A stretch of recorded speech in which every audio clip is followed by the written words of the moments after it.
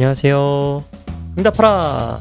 네, 다시 돌아온 응답입니다. 오늘은 80일차예요. 오늘은요, FOMC 발표 후에 시장의 반응, 그리고 점도표하고 향후 시장의 전망을 조금 제가 말을 해보려고 해요. 그래도 계속 공부하고 있으니까 중간중간 공부를 어떻게 하고 있나, 이거를 남기고자 하는 것도 있고요. FOMC를 보면, 아, 내가 지금 맞게 공부하고 있는 게 맞구나. 이런 방향성에 대한 깨달음, 더 공부를 해야겠다라는 의지가 샘솟는 것 같아요. 그래서 금 같은 경우는 좀 떨어진 것 같지만 여전히 높다. 달러는 떨어진 것 같았는데 1,400원을 향해서 가고 있어요. 강달러가 앞으로도 계속 될 것 같고, 이제 인덱스 지수를 보니까 105를 돌파한 상황에서 계속 가고 있어요. 그러다 보니까 1,400원대가 일반적인 상황으로 오지 않을까 하는 예상도 조심스럽게 해보고, 그렇기 때문에 이제 미국의 긴축 시그널에도 물가가 불안하다. 한국도 금리를 10월에 한 번 더 올리나 이런 말이 나온 거는 페드가 FOMC를 통해서 금리 인상할 수 있다는 가능성을 열어뒀기 때문에 한국은행도 마찬가지로 선제적으로 올릴 것이냐 말 것이냐를 말을 하고 있는데, 한국은행 그 유튜버를 통해서 보면 공식적으로 기자 간담회를 통해서 이미 한 번 정도 올릴 거를 올려놨기 때문에 지금은 이제 5.5로 미국 금리가 동결이 됐어요. 그것까지 반영을 했다는 말이 되죠. 근데 11월 달, 12월 달에 올린다고 하면은 한국도 똑같이 따라갈 수밖에 없는 상황이 돼 버렸습니다. 그래서 그 염려 때문에 나온 기사고, 고금리, 고환율, 고유가. 사실 이 삼고 쓰나미라고 하는 게 한국이 L자형 침체 빠지나라는 염려의 뉴스가 나오는데, 이게 1997년에서 1998년도에도 동일한 현상이 있었었죠. 반도체가 엄청 힘들었었고 삼성전자도 굉장히 힘들어하는 시기였어요. 자세한 내용은 오건영 팀장님이 쓴 위기의 역사에서 자세하게 보실 수 있습니다. 그리고 각국의 주가 지수는 지금은 파란색인데 심각하게 떨어졌다, 또 그런 건 아니에요. 왜냐? 많이 올랐었기 때문이죠. 원자재에서 제일 중요한 거는 이제 휘발유인데, WTI는 서부 텍사스산 배럴당 90달러를 돌파했다가 잠깐 아래로 내려왔고, 브렌트유나 두바이유도 94달러, 95달러를 향해 가다가 다시 잠깐 숨고르기를 하고 있어요. 다음이 더 중요한데요. 환율이 방금 알려드린 대로 달러 인덱스 100보다 높으면은 다들 달러를 원한다는 뜻인데, 104에서 105까지 올라가는데 105 후반이에요. 그러다 보니까 앞으로도 강달러, 달러를 원하는 이 현상이 더 길어지지 않겠는가라고 하는 거고, 여기서 주의할 점은 일본의 엔화가 오늘 이제 많이 올라서 900엔대로 보이는 거지, 옆에 제가 일별 시세를 갖다 놨죠? 그러면은 어제까지 800엔대였어요. 그러면은 그전엔 900엔대였잖아요. 근데 800엔대를 계속 노출시키는 게 쭉 떨어져 가지고 800엔대 한번 보여주고 방어해서 900엔대 올려놨는데 바로 떨어졌죠. 그러니까 일본의 국채 금리 10년짜리물이 이제 0.72%였을 때 제가 많이 놀라 가지고 말씀드린 적이 있죠. 일본 국제 10년이하고 이제 엔화가 같이 가는 방향으로 보면 된다. 근데 여기서 더 놀라운 점은 한국 국제 10년물도 4%를 뚫었다는 거. 미국 국채 금리도 큰 폭으로 뛰었어요. 큰 폭으로. 이게 와, 이게 4.2, 4.3으로 올라갈 것 같아요라고 했는데 4.48이에요. 조금만 있으면 4.5가 되겠죠. 그러니까 장기 국채 금리가 올라간다라고 하는 것은 10년짜리 장기 금리가 이 고금리 상태로 유지가 될 수도 있다라는 힌트를 주기 때문에 저희가 주의 깊게 봐야 된다라는 내용인데, 시장이 굉장히 불안하다. 그러면서 이제서야 3개월이 지난 이제서야 인플레이션에 대한 고착화, 그리고 장기 고금리가 유지될 수 있다라는 내용이 계속 나오고 있죠. 그전까지 뭐 6월 달, 7월 달, 8월 달까지도 하반기에 금리 내릴 거야, 이런 기사들이 되게 많았는데 지금은 찾아볼 수가 없어요. 오늘 발표된 미국 기준금리는 5.5%로 동결이고, 지금 인플레이션으로 고생하고 있는 영국도 5.25%에서 기준금리가 동결됐습니다. 이 와중에 미국의 실업수당이 또 낮아졌어요. 실업수당 청구 건수가 낮아졌어요. 성장률이 굉장히 좋다라는 말인데, 다들 이 부분에서 헷갈리게 되는 것 같아요. 다들 경기가 안 좋다고 하는데 미국은 왜 이렇게 좋은 것인가 라고 하는 것이죠.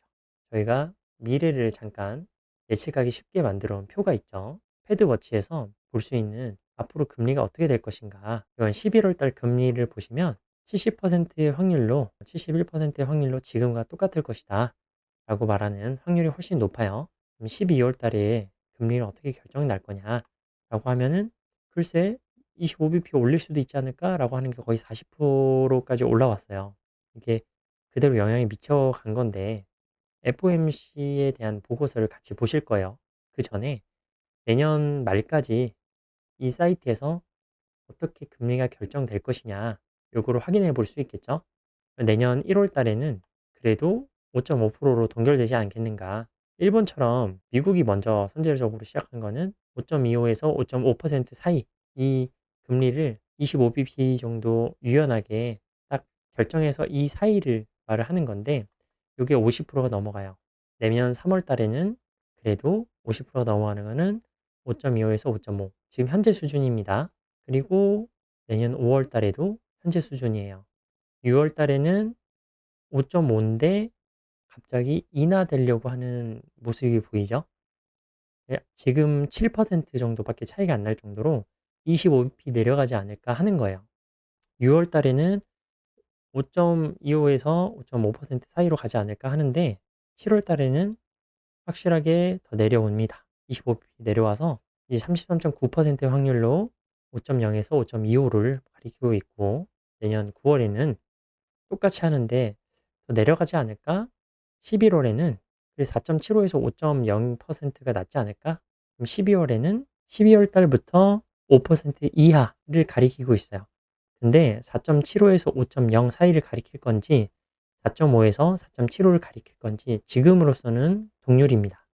이거를 어디서 확인할 수 있겠냐고요? 패드워치에서 이렇게 확인할 수 있고 그러면은 구글에서 FOMC를 검색을 하면 패드의 홈페이지가 나옵니다. 그래서 클릭해서 들어가면은 어제 발표했었던 그 FOMC의 요약본을 다 원본으로 보실 수가 있어요. 영어잖아. 너무 사실 영어도 이렇게 짧게 올라왔는데 이 영어도 저는 구글 바드한테 시킬 거예요. 야, 번역 좀 시켜줘 라고 하니까 요 원문을 그대로 바드가 번역을 깔끔하게 해줬습니다. 이 구글 바드나 아니면은 챗 GPT한테 번역 좀 해봐 라고 시키는 게 훨씬 이득인 부분이 있다. 제가 AI를 이용해서 이제 읽어드리겠습니다. 패드는 2023년 9월 20일 날 FOMC를 통해서 경제 전망 요약을 통해 실질 GDP 성장률, 실업률 및 물가 상승률에 대한 전망을 발표했습니다. 이러한 전망은 미국 경제에 대한 것이며 패드 정책 입안자들에 의해 수립됩니다. 이러한 전망은 정책 입안자들이 적절한 통화 정책을 평가하고 추가적인 경제 충격이 없는 상황을 기반으로 합니다.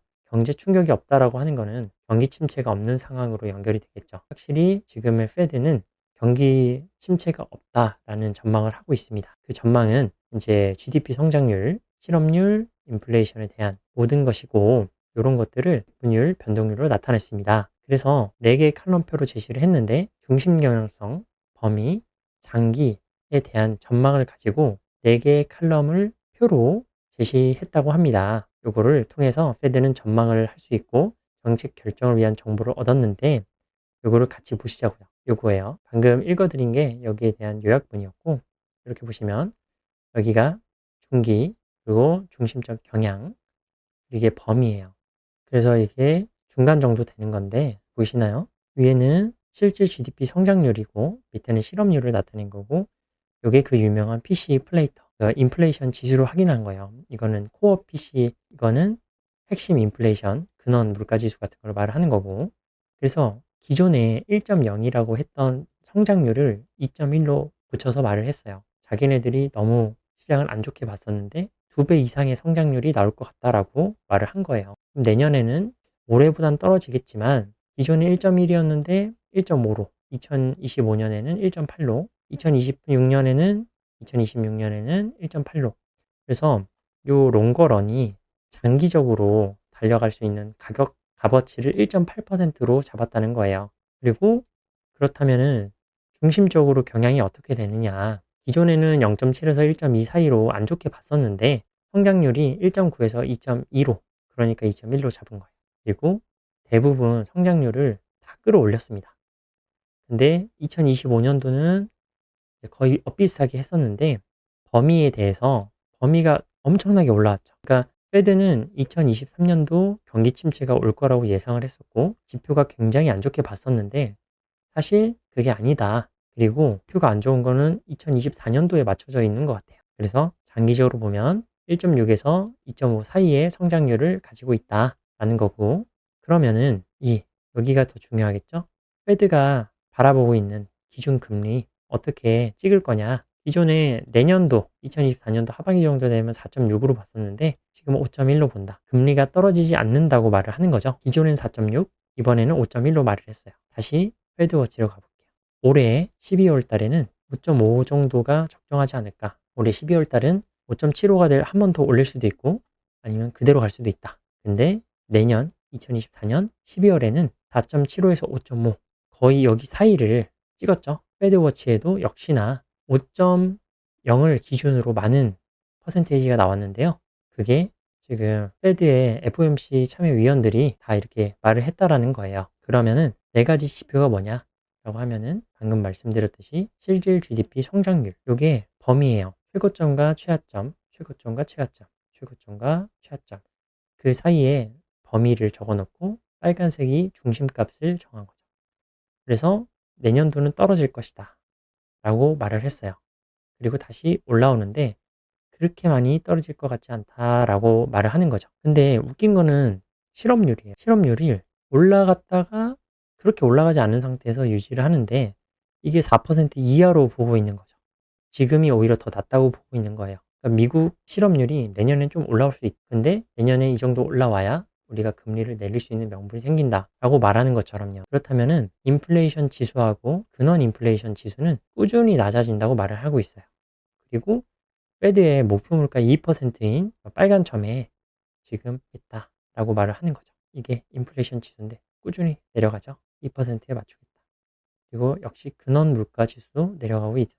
제일 중요한 점도표예요. 점도표인데 이게 가장 중요해요. 지금 보시면 총 19명의 FOMC 참여위원들이 있는데 아래 7명은 지금 5.25에서 5.5를 찍었다면 나머지 12명은 5.5에서 5.75 사이를 찍었다는 거예요. 그래서 중심값이 5.5가 나오는 거죠. 그러니까 현재 기준금리가 동결된 것과 마찬가지인데 한 번 더 올릴 수 있는 가능성만 열어두고 올리냐 내리냐는 중요하지 않아요. 내년에 내리기 시작할 건데 내년에 내리더라도 많이 안 내려갈 거다. 이게 핵심이잖아요. 그러면은 요 점도표의 변화를 봐야겠죠. 현재 14명이라고 했는데 조금 보기가 힘드니까 제가 이제 색연필로 공부하듯이 이제 표시를 좀 해볼게요. 여기 보시면은 이 밑에 이 사람들을 다 합쳐도 총 19명 중에 과반수가 넘으려면 10명이 돼야 돼. 근데 이 수를 다 합쳐도 2명, 3명, 4명, 9명밖에 안 돼요. 그러니까 이 5% 이상에 있는 사람들이 훨씬 많다라는 거죠. 그러니까 중심값은 5%, 5.1%가 나올 수밖에 없지 않았나라는 생각이 드는 거예요. 그런데 1년만 더 참잖아요. 그러면 하나, 둘, 셋, 6, 9, 10. 그러니까 10일이잖아요. 그러면은 우리가 생각하는 기준금리 본격적인 인하는 2025년도부터 시작한다고 하는 거예요. 그리고 그 중심값은 이 3%고 4% 사이가 될 가능성이 높다라고 하는 거죠. 그러면은 실제 우리가 은행에서 쓰고 있는 거는 3.5 플러스 마진금리를 붙여서 5%에서 6%가 될 거잖아요. 이미 지금 미국은 주담대가 7% 후반에서 8%가 나온다고 예상이 나오는 기사들이 많은 만큼 너무 높다라는 거예요. 그러니까 여기 이 5명은 매파가 되겠고 이 밑에는 비둘기파가 되겠죠. 그래서 많이 싸우는 거고 마지막으로 2026년이 되면 비둘기파가 1일 거. 왜냐면은 위에 6명밖에 없으니까 13명의 위원들이 여기다 다 찍어놨거든요. 게다가 단기적인 이제 실질 중립금리는 2.5% 위아래로 찍었다는 거예요. 이게 저희가 살아가는 세상이다 보니까 이런 거를 위아래로 물가지수, 목표 물가, 인플레이션 지수나 실업률이나 성장률을 봐가면서 조절을 하겠죠. 그러니까 가슴이 아프겠지만 내년도에 우리가 그렇게 수고대했던 금리 인하가 시작되긴 하지만 그렇게 크진 않다. 경기가 미국이 내년도에 나쁠 걸 생각하지만 2025년도부터 본격적으로 내릴 생각을 하고 있다. 그렇기 때문에 고금리가 조금 길게 이어질 수 있다라는 거예요.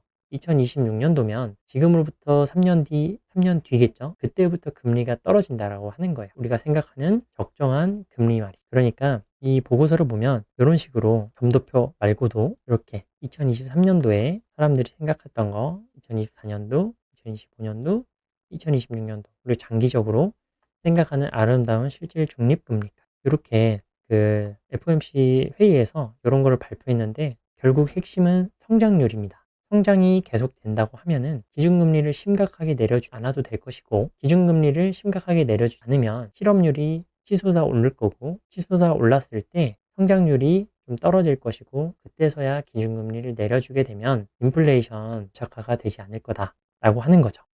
저로서는 반갑지 않은 뉴스긴 하지만 저는 이제 올해 초부터 계속 이런 뉴스를 찾아봤잖아요. 올라간다라는 뉴스와 내려간다라는 뉴스.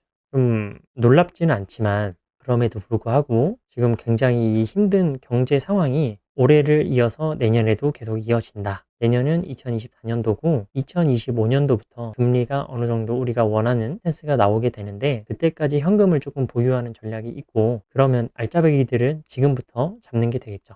그러니까 알짜배기들 부동산이나 뭐 주식이나 채권이나 지금부터 산다고 한다고 하는 것이 최고점에서 털고 있는 게 아니고 못 버텨서 다 털고 있는 사람들이 그걸 헐값으로 사기 위한 사람들이 기다리고 있는 거죠. 그 짧은 1, 2년을 못 버텨서 나오는 거예요. 누구나 계획은 있지만 계획을 실행했을 때 그 충격이 워낙 세기 때문에 다음 한 방 카운터를 날려야 되는데 이게 지금 너무 세가지고 해롱해롱 되는 거죠. 정말 이런 거 보면은 공부가 제일 쉽고 빠른 것 같아요. 그러면서도 내가 만약에 시장을 참여를 했는데 앞으로 어떻게 될 건지 지금 공부하면서 알게 됐는데 지금 내 상황을 파악할 수 있겠죠. 너무 많은 레버리지를 사용한 사람 같은 경우는 어느 정도 레버리지를 내려야 한다고 생각이 되고요. 그렇지만 그럼에도 불구하고 1년에서 2년 사이에 그 기간을 견뎌낼 수 있는 사람이라면 가지고 가는 게 맞겠죠. 그러니까 김강석 교수님도 이렇게 말을 하잖아요. 지금이 이제 턴어라운드 된 지점이 맞습니다.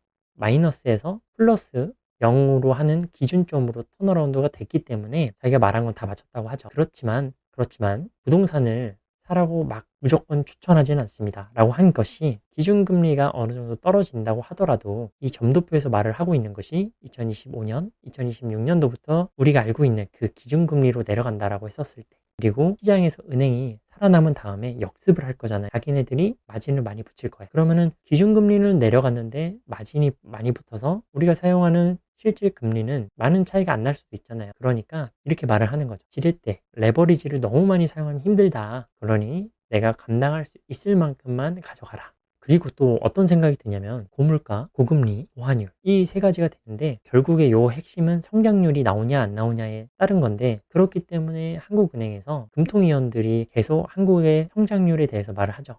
우리가 중국에 수출하면서 중간재 수출로 어마무시한 돈을 벌었는데 앞으로도 그것이 가능할 것이냐? 아니다. 그렇기 때문에 지금 다변화를 위한 어떤 출구 전략을 찾아야 되는데 아직까지 확실하게 나온 게 없다. 그래서 지금이라도 늦었지만 더 찾아야 된다. 라고 하는 거고 그 시장에서 한 3주 전까지만 해도 초전도체 그 이슈가 있었잖아요. 그런데 그런 이슈들이 나와주면서 한국이 앞으로도 좀 좋게 나갈 수 있는 어떤 새로운 먹거리가 생겨나야 되고 그 와중에 출산율을 좀 끌어올려줘야 이 모든 해결책의 중심에 출산율과 성장을 할 수 있는 새로운 먹거리 이 두 가지가 한국의 입장에서는 가장 시급한 문제가 아닌가 라는 생각이 들으면서 오늘 FOMC 시장의 반응을 좀 봤는데 국채 시장에서 그리고 금리, 단기금리와 중기금리가 이제 반응을 했다.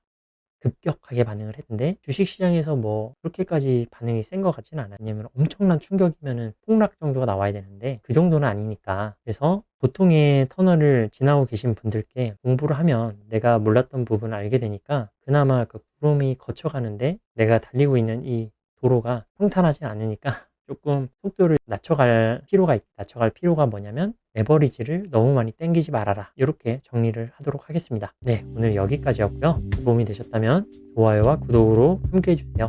감사합니다. 다음에 또 만나요.